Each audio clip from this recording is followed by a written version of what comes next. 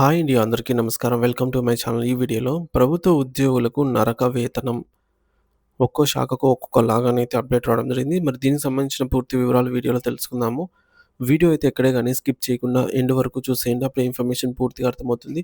అలాగే వీడియో చూస్తున్న ప్రతి ఒక్కరు వీడియోకైతే లైక్ చేయండి ఫ్రెండ్స్. ఈ వీడియోని తోటి ఉద్యోగ పెంచిన మిత్రులతో అయితే షేర్ చేయండి. కొత్తగా మన ఛానల్ చూస్తున్నవారు ఇంకా ఎవరైనా సబ్స్క్రైబ్ చేసుకున్నట్లయితే వెంటనే మన ఛానల్‌ని సబ్స్క్రైబ్ చేసుకోండి. సో, దీని ద్వారా నేను చేసే లేటెస్ట్ వీడియోస్ అన్నీ మీ వరకు రీచ్ అవుతాయి. ఇక ఆలస్యం చేయకుండా వివరాల్లోకైతే వెళ్ళిపోదాము. ఫ్రెండ్స్, ఇక విషయానికొచ్చినట్లయితే ప్రస్తుతం రాష్ట్రంలోని ప్రభుత్వ ఉద్యోగుల పరిస్థితి చూస్తుంటే నరక వేతనం అనుభవిస్తున్నారనే భావన కలుగుతోంది. కూటమి ప్రభుత్వం అధికారంలోకి వచ్చిన కొత్తలో గత ప్రభుత్వానికి భిన్నంగా ప్రతి నెల ఒకటో తేదీనే టాంచనుగా జీతాలు జమ చేస్తామని ఇచ్చిన హామీలు ఆచరణలో మాత్రం అమలు కావటం లేదు. గత నెలలో 5వ తేదీ వరకు వేచి చూసినా, ఈ నెలలో 8వ తేదీ దాటినా కూడా ఇంకా చాలా వరకు ఉద్యోగుల ఖాతాల్లో జీతాలు పడకపోవడంతో ఉద్యోగ వర్గాల్లో తీవ్ర అసహనం మరియు ఆవేదన వ్యక్తమవుతోంది. నెలంతా కష్టపడి పనిచేసిన తర్వాత జీతం కోసం ఇలా కళ్ళు కాయలు కాచేలాగా ఎదురు చూడాల్సి రావటం ప్రస్తుతం ఉద్యోగులకు ఒక అలవాటుగా మారిపోవడం దురదృష్టకరం. ముఖ్యంగా ఉమ్మడి పశ్చిమ గోదావరి జిల్లా గణాంకాలను పరిశీలిస్తే పరిస్థితి తీవ్రతకు అర్థమవుతోంది. ఈ ఒక్క ఉమ్మడి జిల్లాలోనే దాదాపు 67,000 మంది రెగ్యులర్ ఉద్యోగ ఉపాధ్యాయులు పనిచేస్తున్నారు. ఇందులో ఏలూరు జిల్లా పరిధిలోని 38,000 మంది, పశ్చిమ గోదావరి జిల్లా పరిధిలోని 29,000 మంది ఉద్యోగులు ఉన్నారు. వీరితో పాటు సుమారు 20,000 మందికి పైగా పెన్షనర్లు, 15,000 మంది ఔట్‌సోర్సింగ్ సిబ్బంది మరియు 17,000 మంది కాంట్రాక్ట్ ఉద్యోగులు జీతాలపై ఆధారపడి జీవిస్తున్నారు. సాధారణంగా వీరందరికీ ఒకటో తేదీనే జీతాలు అందాల్సి ఉన్నప్పటికీ, ప్రభుత్వ నిర్లక్ష్య ధోరణి వల్ల వీరి కుటుంబాలు ఆర్థిక ఇబ్బందులను ఎదుర్కొంటున్నాయి. అయితే ఇక్కడ ప్రభుత్వ తీరు చాలా గందరగోళంగా ఉంది. జీతాల చెల్లింపుల్లో ఒకే విధానం కాకుండా ఒక్కో శాఖకు ఒక్కొక్క తేదీన చెల్లింపులు జరపడం ఉద్యోగులను విస్మయానికి గురిచేస్తోంది. ఔట్‌సోర్సింగ్ సిబ్బంది, న్యాయశాఖ, గ్రామ వార్డు సచివాలయ ఉద్యోగులకు ఒకటో తేదీ నుంచి మూడో తేదీ మధ్యలో జీతాలు వేశారు.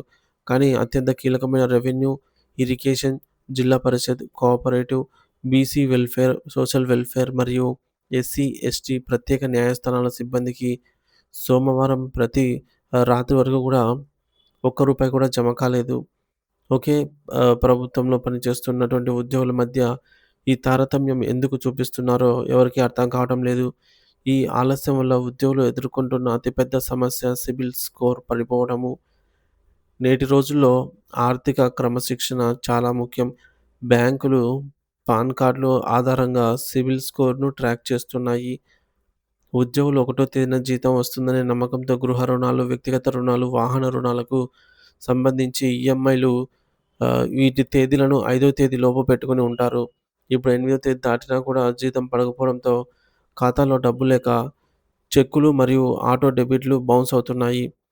దీనివల్ల బ్యాంకులు ఛార్జీలు వడ్డించడమే కాకుండా ఉద్యోగులను డిఫాల్టర్లుగా పరిగణిస్తున్నాయి. ఫలితంగా వారి సిబిల్ స్కోర్ దారుణంగా పడిపోయి భవిష్యత్తులో పిల్లల చదువులకో, అత్యవసరాలకో రుణాలు పుట్టని పరిస్థితి దాపురిస్తోంది.